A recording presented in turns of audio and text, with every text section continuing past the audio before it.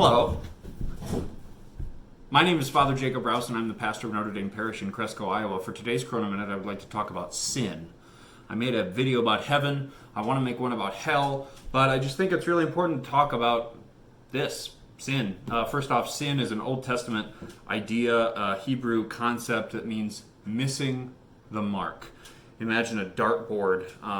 You're basically missing the mark. You're not getting the bullseye.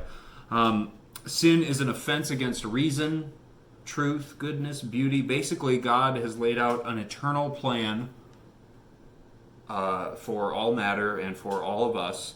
And when we go against that in any way, that's a sin. It's a failure of love for God and neighbor, and it's basically, at its bare bones, sin is placing something else, a created thing, person, place, or thing, above God. There are many types of sin. Jesus talks to the rich young man, and St. John the Apostle talks about different types of sin, and then there's also the 7 deadly sins. But I would just want to talk, that's for another video. I just want to talk about the 2 categories of sin that systematic theology over the years has produced. According to the Catechism of the Catholic Church, there are 2 categories of sin. One, venial sin, and mortal sin. Venial comes from a word that means forgivable. Mortal means death, It means it's very serious. Venial sins weaken and chip away at our relationship with God. Mortal sins cut it off completely. And once again, it's us doing it to ourselves. It's basically us saying, I want this created thing more than you, God. So it sounds harsh and scary, but really it's us doing it to ourselves, and we just come up with the ways to define it. Why define this? Why not just say all sin is bad? Well, if I have a common cold or if I have stomach cancer, both are bad. I don't want either one, but I want to be able to know how to treat it. And by defining it, naming it, you can tame it and claim it. And so I would recommend a spiritual director. For this little demonstration, I'm going to use Bulbasaur here. He is the sinner. He's me. He's going to represent me because I am a sinner. I commit venial sins, and I think mortal. I don't know.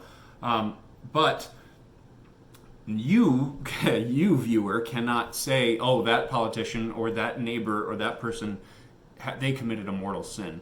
No, that's literally judging your neighbor, and that could be a mortal sin as well. So don't do that. Only I know, and myself and a spiritual director between me and God can figure that out. So that's why I'm using me. Bulbasaur is the number 1 Pokemon first on the list, and he's the best starter. Fight me.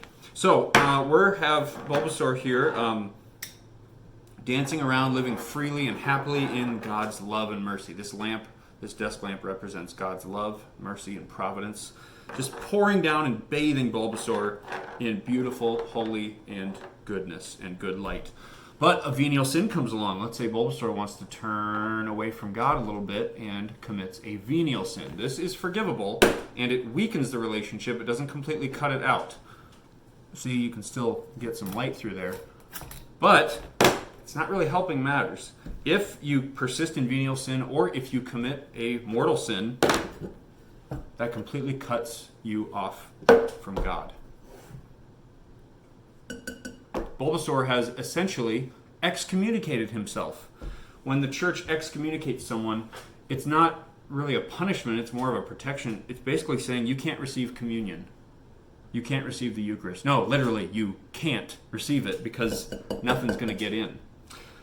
So how do we commit a mortal sin? Well, there's 3 factors that go into a mortal sin. Grave matter. It has to be grave. 10 Commandments, killing, things with life and death, abortion, sexual sins, fornication. All this stuff is grave matter. Second, you have to have full knowledge. You have to fully know that it is grave matter.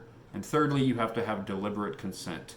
You have to know that it's grave matter, you have to have full knowledge that it is, and you have to say, I know this is going to cut me off from God's love, but I am going to choose this anyway. That's how you commit a mortal sin. But what's fantastic is that even though we are cut off from, we ourselves have wounded the relationship, confession, the sacrament of confession takes care of all of that. It's almost as if it never happened.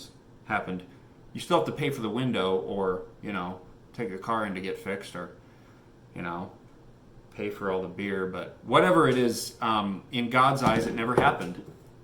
There's still weight and consequences to our actions, obviously. But I hope this helps a little bit. If there's enough questions, I can go into some of the other, there's a lot. It's fascinating. It's a moral theologian's, fun house. All the different ethical quandaries and, all the roots that pop off. And there's a lot of different things that go in with all these with specifics and classroom type stuff. But anyway, that's the basics. Go live freely in the love and mercy and goodness of the Lord, and go wash your hands.